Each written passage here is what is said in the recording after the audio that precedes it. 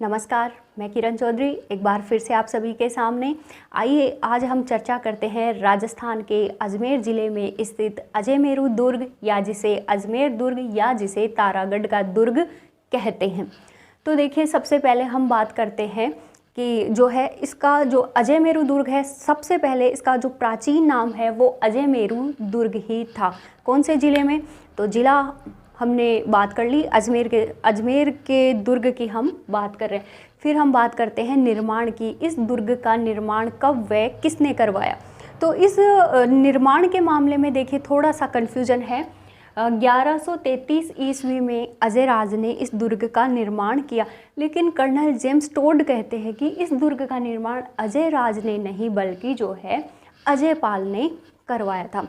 तो आप सिर्फ ये 1100 जो है 13 ईस्वी और अजयराज और अजयपाल दोनों नाम याद रख लीजिए, ठीक है। उसके बाद देखिए हम बात करते हैं कि ये जो दुर्ग है, इस दुर्ग को जो दुर्गों की जो 9 श्रेणियां हैं उसमें से किस श्रेणी में इसको शामिल किया जाता है?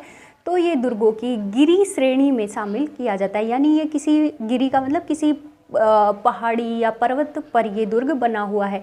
तो देखिए ये जो दुर्ग है वो एक पहाड़ी पर बना हुआ है। उस पहाड़ी का नाम क्या है? नाग पहाड़, तारागढ़ और गढ़बीठली। आप सभी लोग सोच रहे होंगे क्या ये 3-4 पहाड़ियों के ऊपर निर्मित है? नहीं, देखिए एक ही पहाड़ी का नाम है। किस तरीके से समय के साथ इस पहाड़ी के नाम परिवर्तित होते गए। तो ये जिस पहाड़ी पर है उसका पहले नाम था नाग पहाड़। अरावली पर्वतमाला का जब हमने अध्ययन किया था तब भी जो है नाग पहाड़ का हमने जिक्र किया था। तो पहले इसका नाम था नाग पहाड़। फिर क्या हुआ कि जो यहाँ के एक शासक थे पृथ्वीराज सिसोदिया, महाराणा सांगा के भाई ये थे और कह सकते हैं कुंभा के ये पुत्र थे, पृथ्वीराज सिसोदिया, जिन्हें इतिहास में जो है उड़ना राजा के नाम से भी जाना जाता है। उड़ना राजा क्यों? उड़ना किसे बोलेंगे? जो बहुत तेज चलता है। तो ये बहुत एक धावक थे, तीव्र धावक थे, तेज धावक थे, इसलिए इन्हें उड़ना राजा के नाम से जानते हैं। उनकी पत्नी थी तारा देवी। तो उन्हीं की स्मृति में जो है पृथ्वीराज सिसोदिया ने इस दुर्ग के चारों तरफ परकोटे का निर्माण करवाया था और इस दुर्ग का नाम हो गया था तारागढ़ दुर्ग। और इस पहाड़ी जिस पर ये बना हुआ है उस पहाड़ी को नाम दे दिया गया था तारागढ़ पहाड़ी।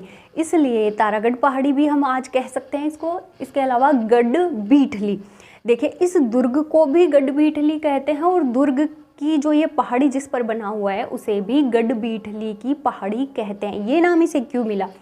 देखिए जब शाहजहाँ का यहाँ शासन था, शाहजहाँ ने जो है ये दुर्ग सौंप दिया था। इस दुर्ग के किलेदार थे जो है विट्ठल दास, ठीक है। तो विट्ठल दास के नाम पर ही इस जो है दुर्ग का नाम या इस पहाड़ी का नाम जो है बीठली की पहाड़ी हो गया था। तो जिस पहाड़ी पर बना हुआ है उसका नाम नाग पहाड़, तारागढ़ या गढ़बीठली कोई सा भी आए जो है हमें कंफ्यूज नहीं होना है, ठीक है। फिर बात करते हैं इस दुर्ग के अन्य नामों की। देखिए सबसे पहले तारागढ़ चर्चा हम कर चुके हैं। पृथ्वीराज सिसोदिया की ये पत्नी थी। पृथ्वीराज सिसोदिया ने जो है इस दुर्ग के चारों तरफ परकोटे का निर्माण करवाया था और उसके बाद में ही इस दुर्ग का नाम हो गया था तारागढ़ दुर्ग।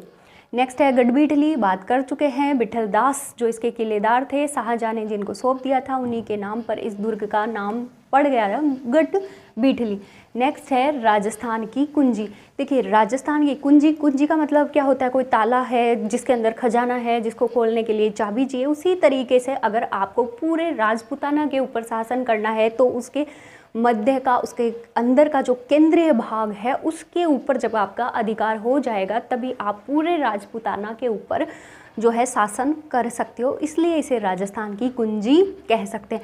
जैसे आपको पूरे भारत पर नियंत्रण करना है तो आपको कहाँ जो है किस स्थान को अपने नियंत्रण में सबसे पहले लेना पड़ेगा?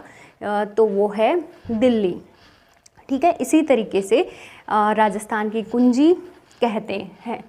नेक्स्ट है राजस्थान का हृदय। वही वाली बात है जैसे अपनी बॉडी में जो है हार्ट का बहुत इम्पोर्टेंट रोल है, उसी तरीके से जो है राजपूताना में अजमेर का और अजमेर में इस दुर्ग का बहुत इम्पोर्टेंट महत्व रहा है, इसलिए इसे राजस्थान का हृदय कहते हैं।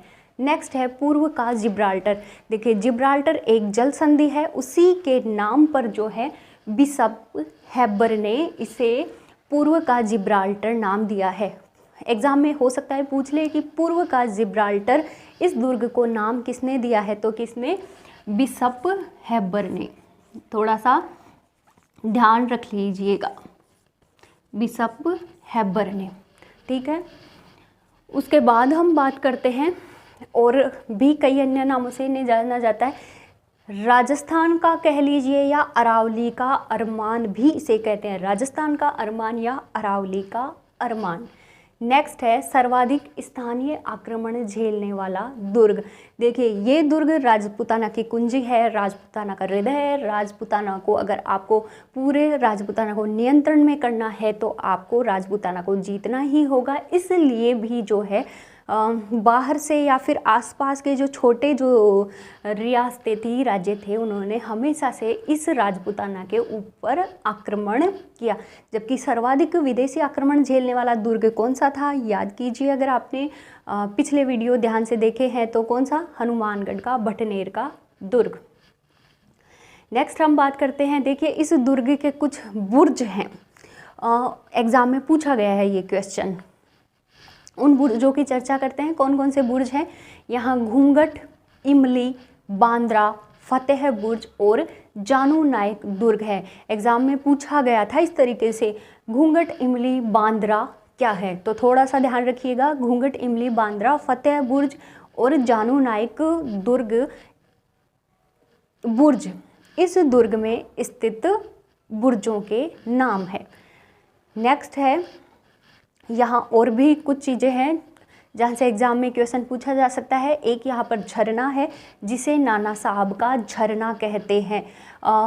इस झरना या जिसे झालरा भी कहते हैं, तो नाना साहब का झरना या नाना साहब का झालरा, तो ध्यान रखिएगा झरना या झालरा दोनों जो भी आए किस दुर्ग में है, अजमेर दुर्ग में। नेक्स्ट है घोड़े की मज़ार। देखिए ये राजस्थान का नहीं, भारत का ऐसा दुर्ग है जिसमें घोड़े की मज़ार आपको देखने को मिलेगी। तो बहुत इंपॉर्टेंट फैक्ट है, ध्यान रखिएगा, घोड़े की मज़ार कौन से दुर्ग में है, अजयमेरू दुर्ग में है।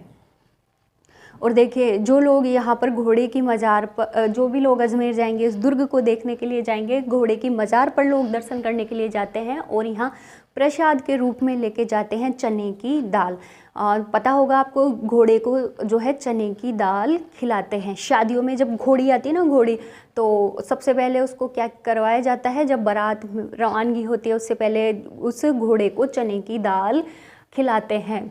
जो लोग घोड़ी पर चढ़ चुके हैं उन सभी को पता होगा, चढ़ के देखा होगा उन्होंने कि उसको चने की दाल खिलाई जा रही है। नेक्स्ट है, देखिए इसमें रूठी रानी का मंदिर। तो ये जो दुर्ग है इसमें रूठी रानी का मंदिर है। देखिए रूठी रानी कौन थे, ये जो है मालदेव की पत्नी थी उमादेव। ये इनसे रूठ गई थी और रूठ के जो है भीलवाड़ा चली गई थी, और इसीलिए इनकी याद में या जो भी कुछ है यहाँ एक मंदिर बना हुआ है, रूठी रानी का मंदिर। कौन थी ये रूठी रानी, ये थी उमा देव। किनकी पत्नी थी ये, मालदेव की, मालदेव की पत्नी थी उमा देव, जो इनसे रूठ करके भीलवाड़ा चली गई थी। इसीलिए जो यहाँ पर एक मंदिर बना हुआ है रूठी रानी का मंदिर। नेक्स्ट देखिए यहाँ हम बात करते हैं, एक गुफा है, उस गुफा का नाम है सीसा खान की गुफा। देखिए ये जो गुफा है सीसा खान की गुफा, यहाँ से पृथ्वीराज चौहान जो है इस गुफा से होकर के चामुंडा माता के दर्शन करने जाते थे। नेक्स्ट है, शाहजहाँ के पुत्र दारा सिकोह का जन्म भी इसी दुर्ग में हुआ था। शाहजहाँ के पुत्र दारा सिकोह का जन्म कहाँ हुआ था, इसी अजयमेरू के दुर्ग में हुआ था। नेक्स्ट इसमें एक आपको दरगाह भी देखने को मिलेगी, उस दरगाह का नाम है मीरान साहब की दरगाह है। तो ये था राजस्थान के अजमेर ज़िले में स्थित तारागढ़ का दुर्ग, जिसका पुराना नाम अजयमेरू दुर्ग था और जिसे जो है अन्य भी बहुत सारे नामों से जाना जाता है। तो सभी को बहुत अच्छे से ये दुर्ग समझ में आया होगा, मुझे पूरी उम्मीद है। मैंने पूरी कोशिश की है आपको अच्छे से सरल शब्दों में समझाने की और समझ में आया है। तो एक बार जाने से पहले वीडियो को लाइक कीजिए, शेयर कीजिए और चैनल को सब्सक्राइब करना बिल्कुल मत भूलिएगा। और नेक्स्ट एक नए दुर्ग को लेकर मैं आपके सामने हाजिर होती हूँ। तब तक के लिए मुझे आज्ञा दीजिए। धन्यवाद।